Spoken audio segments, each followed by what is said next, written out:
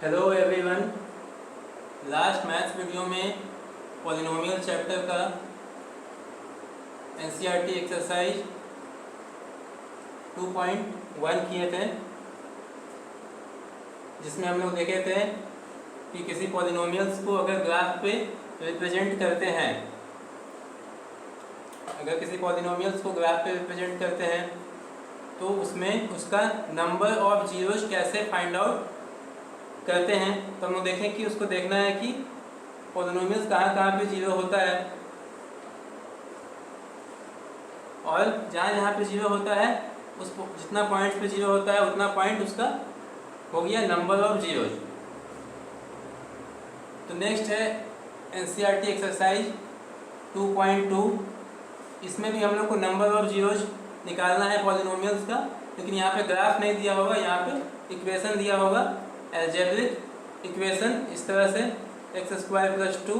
तो इसमें हम लोग को निकालना होगा, इसको सॉल्व करके नंबर ऑफ जीरोज निकालना होगा। तो पहला क्वेश्चन है, find the zeros of the following quadratic polynomials and verify the relationship between the zeros and the coefficients.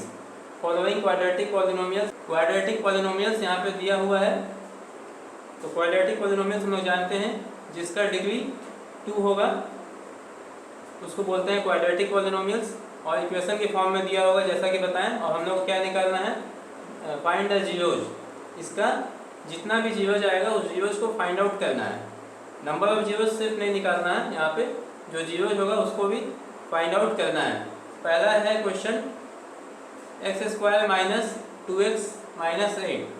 तो इसको हम लोग को पहले इसको सॉल्व करेंगे। इसका फैक्टराइजेशन मेथड से इसको सॉल्व करना है, इसका फैक्टर्स निकालेंगे। क्योंकि हम लोग को यहाँ पे इसका जीरोज फाइंड आउट करना है। जीरोज मतलब कहाँ कहाँ पे पॉलिनोमियल जीरो होगा, यानी कहाँ पे इसका वैल्यू जीरो होगा। तो वैल्यू जीरो होने का मतलब क्या है, मतलब ये है कि दिस इक्वल टू जीरो। हम लोग यही लिखेंगे क्योंकि हम लोग को इसका जीरो निकालना है, यानी पॉलिनोमियल का वैल्यू जीरो हो जाएगा, वो वैल्यू निकालना है। तो इसलिए इसको ये वाला लाइन लिख सकते हैं, this equation equal to zero, क्योंकि यही तो निकालना है कि जीरो जब होता है तो कब होगा, जब इस इक्वेशन का वैल्यू जीरो होगा। हम लोग लिख सकते हैं। अब क्या करेंगे, इसको हम लोग सॉल्व करेंगे। सो इसको हम लोग को कैसे सॉल्व करना है, हम लोग पहले क्लास में पढ़ चुके हैं कि इसको फैक्टराइज करना है। तो इसका मेथड होता है कि यहाँ पे जो नंबर है 8, इस 8 को हम लोग को फैक्टर निकालना है। और फैक्टर इस तरह से निकालना है कि उस फैक्टर्स को जब हम लोग जोड़ें या घटाएं तो बीच वाला टर्म आ जाए, और जब मल्टीप्लाई करें तो ये वाला टर्म आना चाहिए 8x²। इसको इससे मल्टीप्लाई कर देना है, तो इसको इससे मल्टीप्लाई करेंगे तो ये हो जाएगा -8x²। अब 8 को हम लोग क्या करेंगे, प्रोडक्ट निकालेंगे, फैक्टर निकालेंगे। 2 4 जा 8, 2 2 जा 4। तब यहाँ से हम लोग को ऐसा पेयर चुनना है कि जब हम लोग उसको मल्टीप्लाई कर दें तो वो ये वाला आ जाए, इन दोनों को मल्टीप्लाई करने से जो आता है, एंड जब उसको हम जोड़ें या घटाएं तो बीच वाला टर्म आ जाए।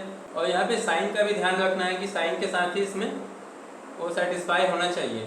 तो हम लोग को यहाँ पे 2 लाना है, और यहाँ पे क्या है 2 × 2 × 2 8, यानी कि 2 × 4 भी 8 होता है, एंड 8 × 1, क्योंकि इसको अगर और फैक्टराइज करते हैं तो ये 2 1 या 2 हो जाएगा, तो फिर ये 8 × 1 होगा।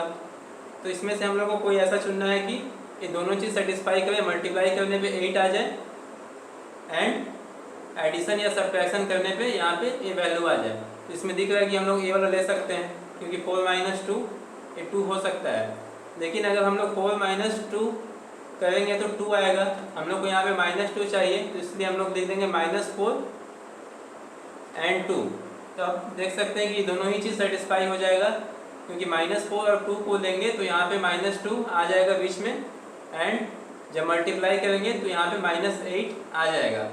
तो यहाँ पे हम लोग x² का x² लिखेंगे, एंड यहाँ पे माइनस 2x को हम लोग लिख सकते हैं minus 4x and plus 2x, और यहाँ पे -8 का -8 लिखेंगे इक्वल टू 0। सो आप देख सकते हैं कि -4 एंड 2 को जब हम लोग मिलाएंगे, जोड़ेंगे, तो ये यहाँ पे -2x आ जाएगा, और इन दोनों को जब हम मल्टीप्लाई करते हैं तो -8x² आ जाता है। तो ये इसका मेथड है फैक्टराइज करने का। सो अब यहाँ पे हम लोग को कॉमन लेना है इन दोनों में से, एंड फिर यहाँ पे यहाँ पे इन दोनों में क्या कॉमन है, x कॉमन है, ले सकते हैं। तो x को बाहर निकालें और उसके बाद ब्रैकेट स्टार्ट हो जाएगा। तो यहाँ पे x² में से x निकाल दिए तो बचा x, तभी यहाँ पे मल्टीप्लाई होकर यहाँ पे x² आएगा। माइनस साइन का माइनस साइन लिखे हैं, एंड 4x में से x निकाल दिए तो क्या बचा 4, तभी यहाँ पे मल्टीप्लाई होकर -4x होगा। या ऐसे भी इसको समझें कि -4x में से x निकाल दिए तो -4 बचा। अब आते हैं इस टर्म में, तो इस टर्म में 2x और 8 में से क्या कॉमन है, 2 कॉमन है, और यहाँ पे प्लस साइन लिए हैं, उसको भी ध्यान रखना है। तो इस टर्म में से 2x में से हम लोग 2 निकाल दिए, या प्लस 2x में से +2 निकाल दिए तो क्या बचा, x बचा, तभी यहाँ पे मल्टीप्लाई होके 2x होगा। एंड -8 इसमें से हम 2 निकाल दिए हैं तो यहाँ पे 4 बचेगा, -4 बचेगा, तभी यहाँ मल्टीप्लाई होके -8 आया। या ऐसे भी समझे कि माइनस साइन का माइनस साइन लिख दिए और 8 में से 2 निकाल दिए तो यहाँ पे 4 आ जाएगा। बाद में हम लोग चेक कर सकते हैं कि +2 × -4 -8 होता है कि नहीं, अगर होता है तो ठीक है। उसके बाद इक्वल टू 0। तो 0 यहाँ पे हम लोग क्यों लगाते जा रहे हैं, क्योंकि हम लोग को find the zeros of the polynomial का 0 निकालना है।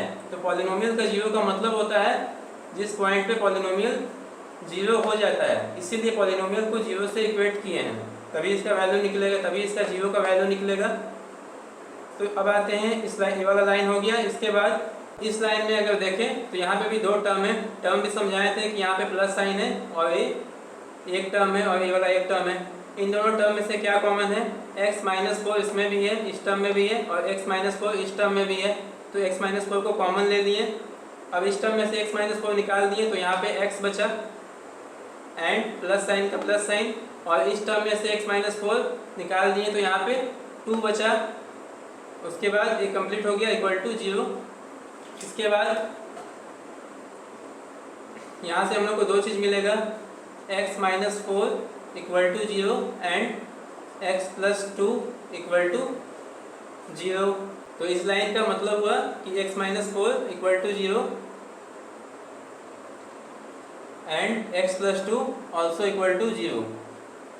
तो जब इसको सॉल्व करेंगे तो ये हो गया x इक्वल टू 4, एंड जब इसको सॉल्व करेंगे तो ये हो गया x इक्वल टू -2। तो ये कौन सा वैल्यू हम लोग को मिला, x का वो वैल्यू जिस वैल्यू पे ये पॉलिनोमियल 0 हो जाता है। तो हम लोग यहाँ पे लिख सकते हैं therefore the zeros of the given polynomial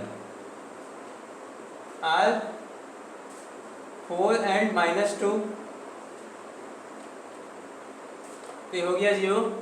तो क्वेश्चन में क्या पूछा था, जीरोज निकालना है, तो हो गया। और भी इसका सेकंड पार्ट में क्या पूछा है, verify the relationship between the zeros and the coefficients. तो कोएफिशिएंट्स, तो जो जीरोज हम लोग का आया 4 एंड -2, एंड जो कोएफिशिएंट है पॉलिनोमियल का कोएफिशिएंट है उसके बीच में जो रिलेशन है उसको वेरीफाई करना है।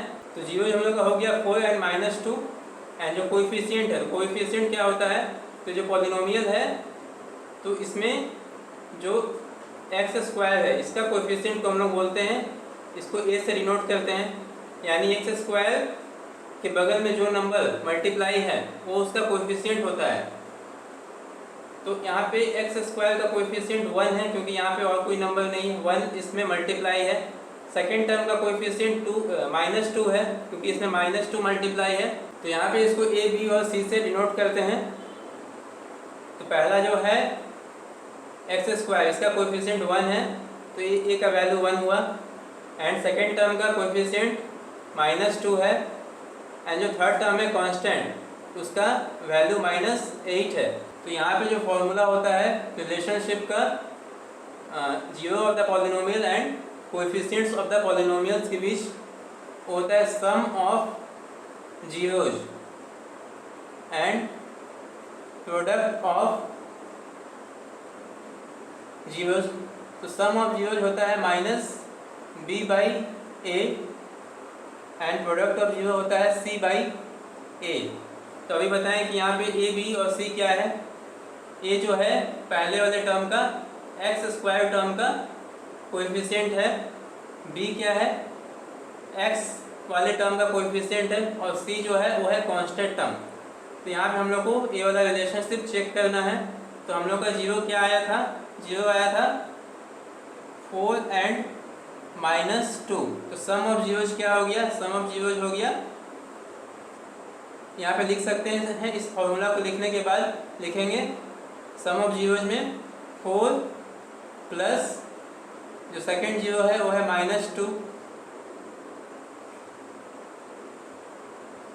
Equal to -b/a। तो b क्या है, b है हम लोग का जो सेकेंड टर्म है, जो x वाला टर्म है उसका कोएफिशिएंट, तो उसका कोएफिशिएंट है -2। अब -2 में यहाँ पे और एक माइनस लग जाएगा तो हो जाएगा -2 एंड नीचे है a। तो a क्या है, एक्स स्क्वायर का जो कोएफिशिएंट है, तो एक्स स्क्वायर का कोएफिशिएंट 1 है, तो यहाँ पे a की जगह पे 1 लिखेंगे, एंड इसके आगे अब चेक करेंगे कि ये सेटिस्फाई होता है कि नहीं। तो ये हो गया 4 -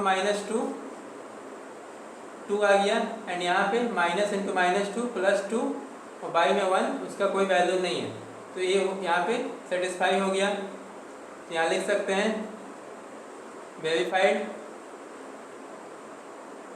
अब सेकंड को चेक करना है प्रोडक्ट ऑफ जीरोज। तो यहाँ पे हम लोग का जीरो क्या है, 4 है, into second zero -2 equal to इसका फॉर्मूला क्या है रिलेशनशिप का, a होना चाहिए c/a, यानी कि जो कांस्टेंट टर्म है डिवाइडेड बाय एक्स स्क्वायर का कोएफिशिएंट। तो यहाँ पे 4 × -2 हो जाएगा -8 इक्वल टू c। यहाँ पे c क्या है, कांस्टेंट है, कांस्टेंट यहाँ पे -8 है, तो यहाँ पे लिखेंगे -8 डिवाइडेड बाय a, यानी एक्स स्क्वायर टर्म का कोएफिशिएंट यानी 1। तो यहाँ पे भी हम लोग देख सकते हैं कि -8 इधर भी आ गया इक्वल टू -8 यहाँ पे भी आ गया। तो यहाँ पे लिख सकते हैं वेरीफाइड, या ऐसे भी लिख सकते हैं कि LHS equal to RHS and verified. तो ये हो गया पहला क्वेश्चन कि जीरो फाइंड आउट किए एंड उसका जो रिलेशनशिप है उसको वेरीफाई किए।